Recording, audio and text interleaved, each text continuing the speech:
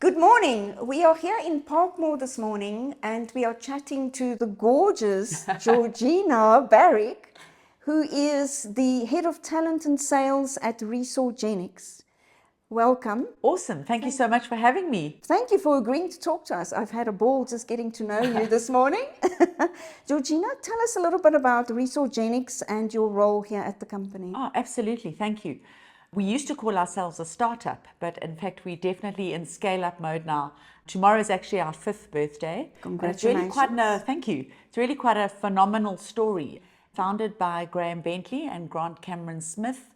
Graham has many, many years experience in the industry, and the two of them decided to open a company really that they would want to work for. And they have built the most incredible culture here. And really, we provide clients with talent solutions and staffing, particularly in the IT and finance space.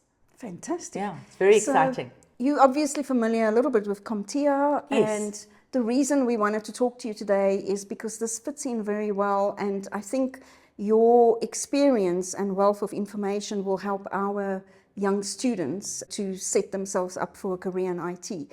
Before we started, we talked about the new trend in the industry in terms of hiring.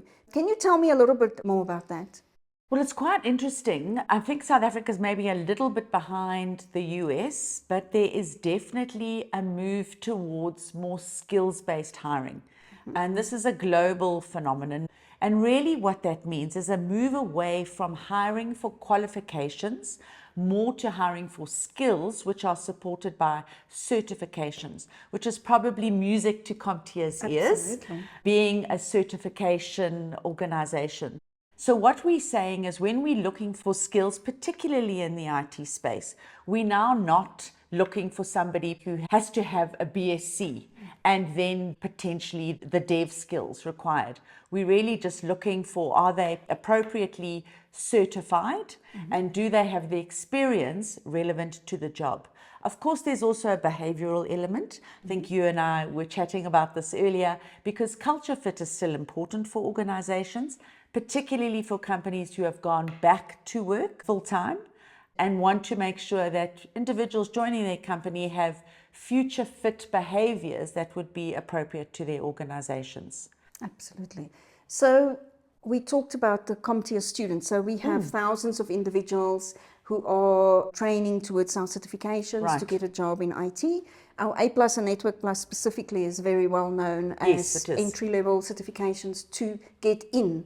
What advice do you have for young people who have no experience? This is the one question we get all the time. So I would say to youngsters who don't have experience yet, but who have the certifications, is to potentially look for either learnerships or to look for opportunities where you can volunteer some of your skills to get workplace experience and therefore get a reference based on the behaviors and the level of skill you've demonstrated in that organization. It's hard, we know that. But what we do know is that we're not job short in South Africa, we are skill short.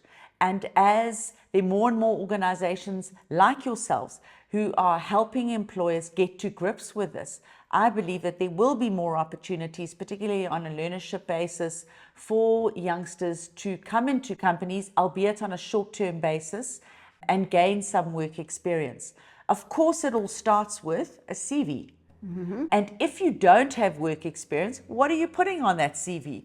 Well, you need to be able to illustrate to somebody the certifications and the skills you have secured for yourself, and obviously talk a little bit about your personality, your behaviors that you think that you would bring to a workplace, and try not to be too generic, but try and talk about maybe some work you've done in your community, or maybe even it was a leadership role at your school, to give a future employer some sense of who you are.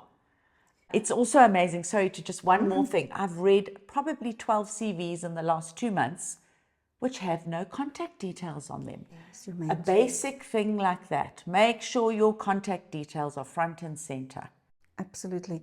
You mentioned something earlier before when we chatted, that it's okay to have more than one CV. Absolutely. And I think that's awesome. Please share that with us. Yeah, I do think that people traditionally like to put one CV together that's a one-size-fits-all.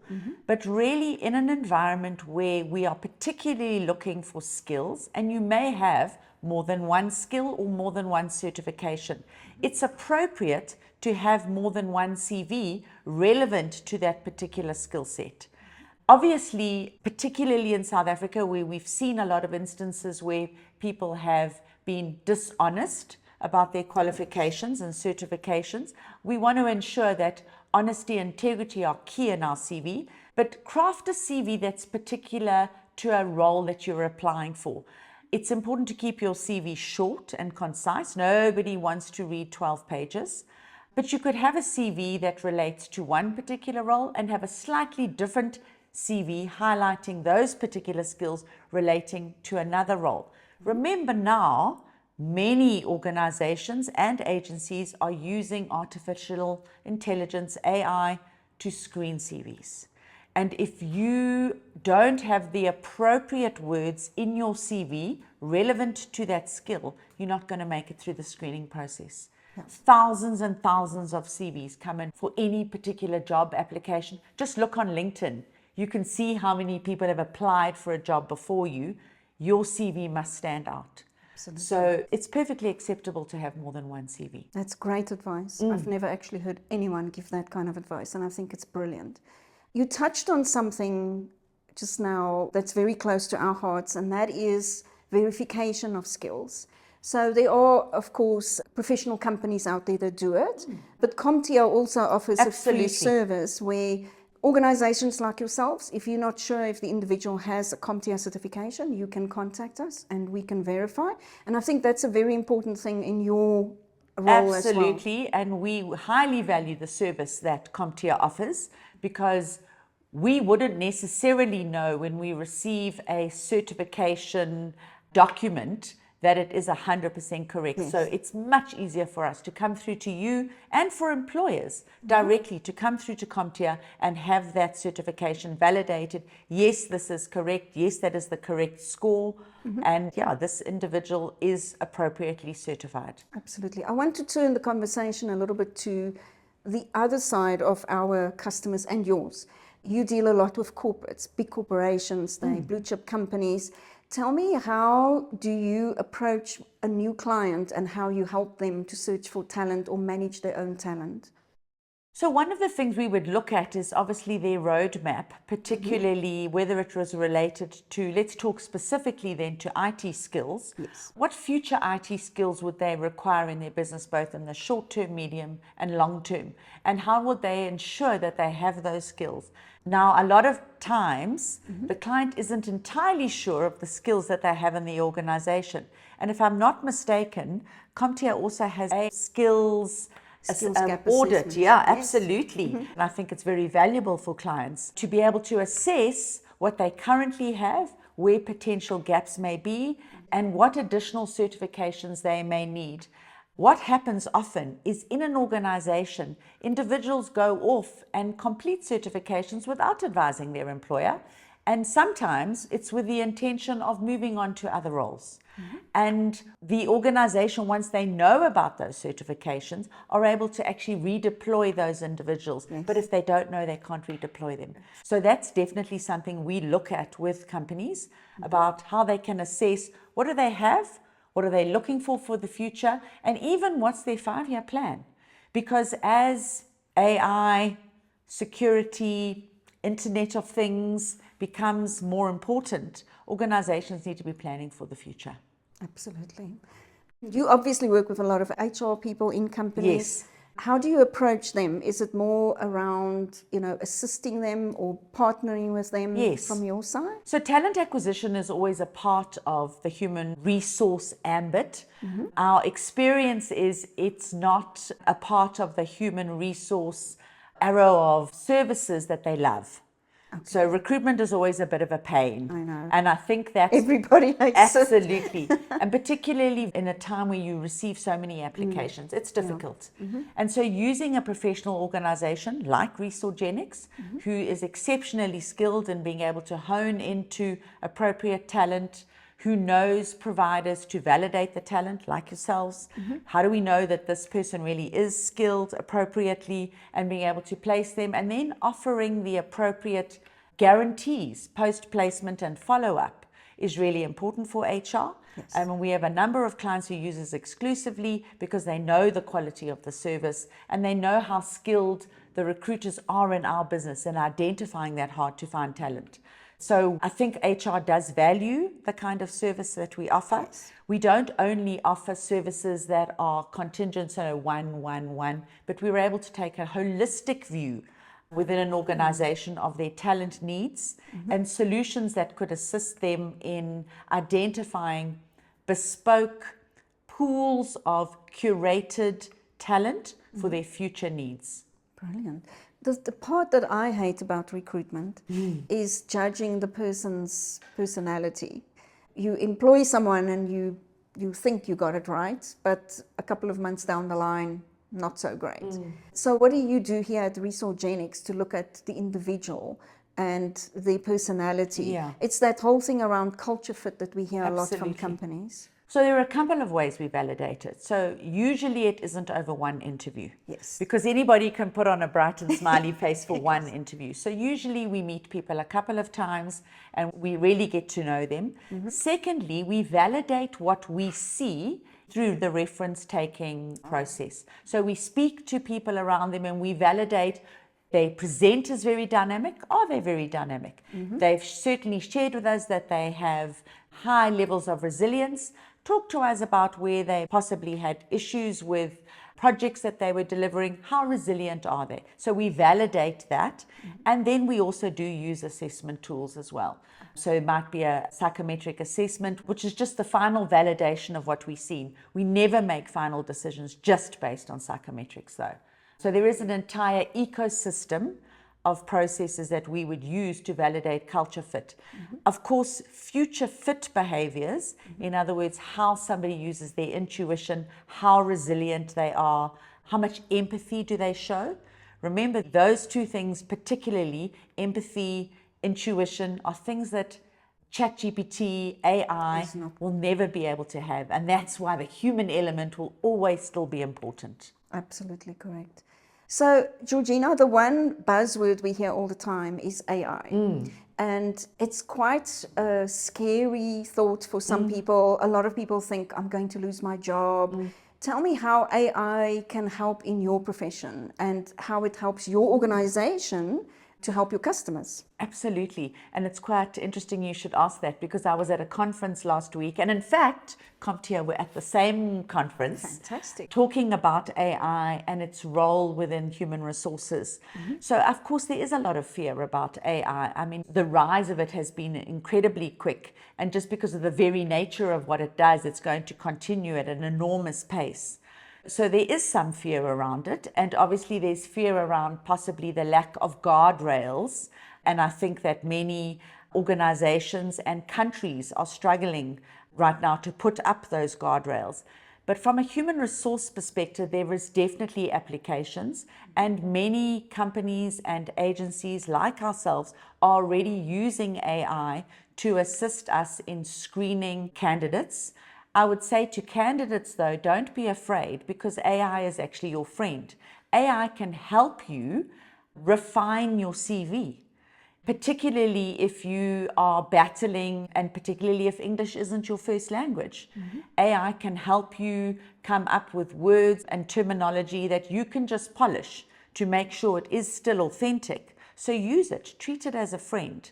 I don't believe that AI is necessarily going to take your job, and this was discussed at length at the conference, but a person using AI may take your job. Okay, so AI needs to be a tool that we bring into our, and I mean, I personally use AI every single day, but it's a tool that we use to become more efficient and more professional and more appropriate.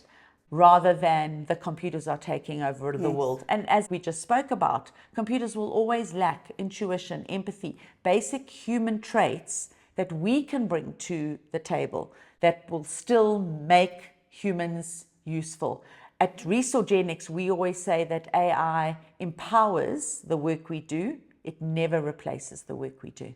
Very true. Have you started seeing AI skills being part of job requisitions? Yeah, absolutely. Obviously at the early stage, Yes. but companies are starting to ask for people who have knowledge, particularly in the generative AI space. And I think I would say to graduates and people who are doing certifications, there's an opportunity now to upskill yourself and upskill yourself with certifications that are recognized. Nothing wrong with a short learning course, but really go to certified providers. And I believe if they contacted CompTIA, you would be able to push them in the right direction about where to go, to make sure that if you are going to spend money, you're spending it on a course that's going to give you value and make you more employable. Either in your own organization, moving into a different cross-functional role potentially, or in a new organization. But definitely, yeah, we're starting to see that. So I'm going to end our discussion with a question around both sides. So both from an employer looking for skills and from an individual looking for a job. What advice do you have for the individual? What are companies looking for that they can make sure they bring to the table to get that job, to beat everybody else that is looking for the same job? So remember, your very first opportunity probably to present yourself to an organization is your CV. However, I am going to say that moving forward, CVs will probably fall by the wayside. So make sure you have a good LinkedIn profile. And I would say also, please make sure your LinkedIn profile matches your CV, because often that's the very first place as a recruiter we will go and check. Your CV says X, does your LinkedIn profile say the same thing? Okay, so people sometimes decide to leave out a job here or merge a few dates here. Don't. You will be caught out. Okay, be authentic, be yourself. Make sure your LinkedIn profile properly enunciates who you are, because there will come a time, probably not in the too distant future, where CVs are no longer going to be appropriate. Many applicant tracking systems allow you just to import or apply for jobs using your LinkedIn profile. So use your LinkedIn profile as your CV, as a way to present your skills and your certifications and even your qualifications. Yes. I would say that that's your first port of call. That's the way people are going to view you. Try and stand out though. So what makes you different? And as I say, try not to be too generic. I'm a people's person. What makes you different? But make sure you highlight the skills that you have. Because as we move into skills-based hiring, it becomes more about certifications and skills over qualifications. So moving away from that. And I would say to employers, remember, we've got to move with the times. We can't still be, when the whole world is looking for skills, you can't still be looking for qualifications. In some roles, though, qualifications are still appropriate. Okay, so you would still want to have a look at those. Yes. But understand what knowledge, skills, and experience can an individual bring to your role. And then, as we spoke about earlier, are they a culture fit for our organization? And I would say to then employees, don't be confused by an employer's marketing brand versus their employer brand. Remember that companies market products in an environment, and that product makes them look potentially like innovative, dynamic organizations, but in actual fact, when you get there, they're very systems and process driven. So do your homework. Speak to other people. You can connect with people on LinkedIn. Speak to them about what it's like inside an organization. Not everybody wants an innovative company. Not everybody wants a high change environment. Just make sure it matches what you're looking for. So that if you are a very systems process person, get into an organization that's about systems and processes. If you like high change, if you like innovation, get into an organization that's doing that. How do you do that? Talk to people who work there. Well, I've learned a lot today. Thank you so much for talking with us. I've really learned a lot. I think that the information you shared with us today is going to be extremely helpful to our two audiences. We have both corporates, who you obviously help, and then individuals. I've never had anybody share so much valuable information around CVs. The students who do our courses, that's a constant challenge. And I hope our training partners are also watching this so that they can help individuals to better prepare for job interviews. Thank you so much, Georgina. It's been a pleasure. Thank you for having me. It's been lovely to talk to you. And that concludes our discussion with the lovely Georgina. She has really given us fantastic information today. I hope that you find it as valuable as we have. Thank you very much and goodbye.